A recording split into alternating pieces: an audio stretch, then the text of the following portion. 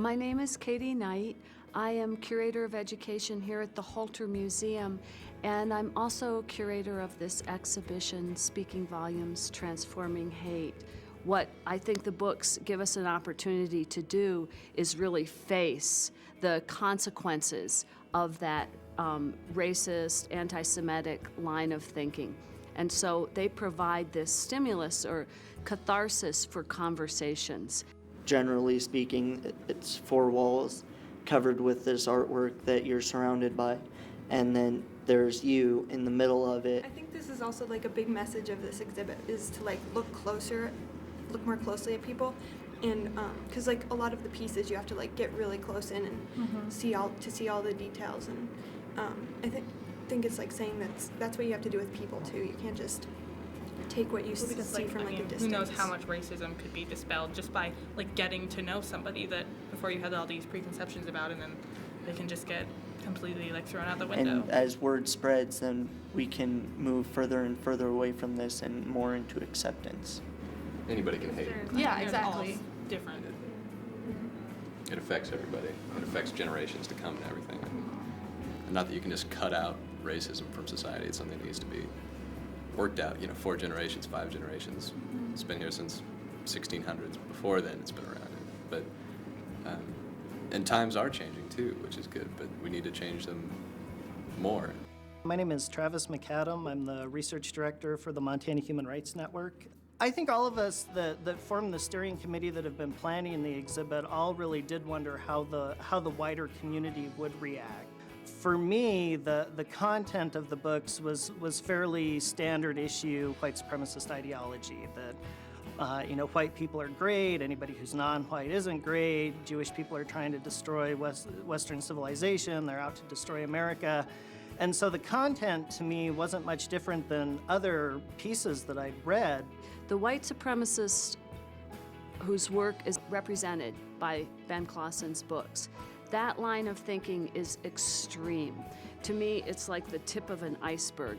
It's the extremist fringe that is directly advocating for genocide of Jews and all of what they call the mud races, all the people of color. What really disturbs me is the fact that it's the iceberg underneath the surface that is so huge. For me, this is the racism that is embedded in our thinking and in our institutions. So systematic oppression is much, much bigger than this little extremist, visible form of racism as seen in the books. My name is Clarissa Sly, and I'm from Philadelphia. I felt like since I was an artist who was interested in social justice issues, I needed to do something for the show. So I felt that the whole idea of transforming hate was a really, really good one, and that's what excited me because I was thinking that along those lines, how hard it is to change someone's heart. If they really believe something, if they really hold a certain idea or value, dear, that the only way that I could have an input in that is to reach out to people in different ways. But to reach out to them and not trying to push something on them or to try to force something on them, but to give them something to think about. And that's part of why I have the apple in the photograph. It's like with my work, I'm making an offering. So that's. When we talk with people around the country about the idea and they hear that we're taking these white supremacist hate books and transforming them into art, people get really excited just about the concept before they've even seen the work. The show gives us a chance to reflect on our own response to hate. Are we drawn in? Are we angered? Do we have a violent reaction? It may be very appropriate to have a righteous anger when we read this offensive material.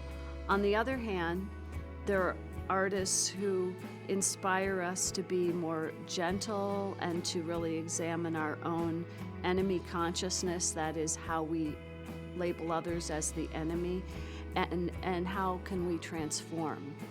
There are quite a few references in the show of historic tragedies, like the hanging of Laura Nelson. There's an image of Laura in a couple of different artists' works. Or in Betty Saar's print, we see the layout and the design for how slaves were packed into slave ships. If we don't know this image, if this hasn't entered our consciousness and our understanding of American history, it's really very difficult to move past the consequences of that system of oppression that was part of making us who we are. Oh, I think this is a big eye-opener for a lot of people. If more people came to see this, I think they would have a whole different view on things.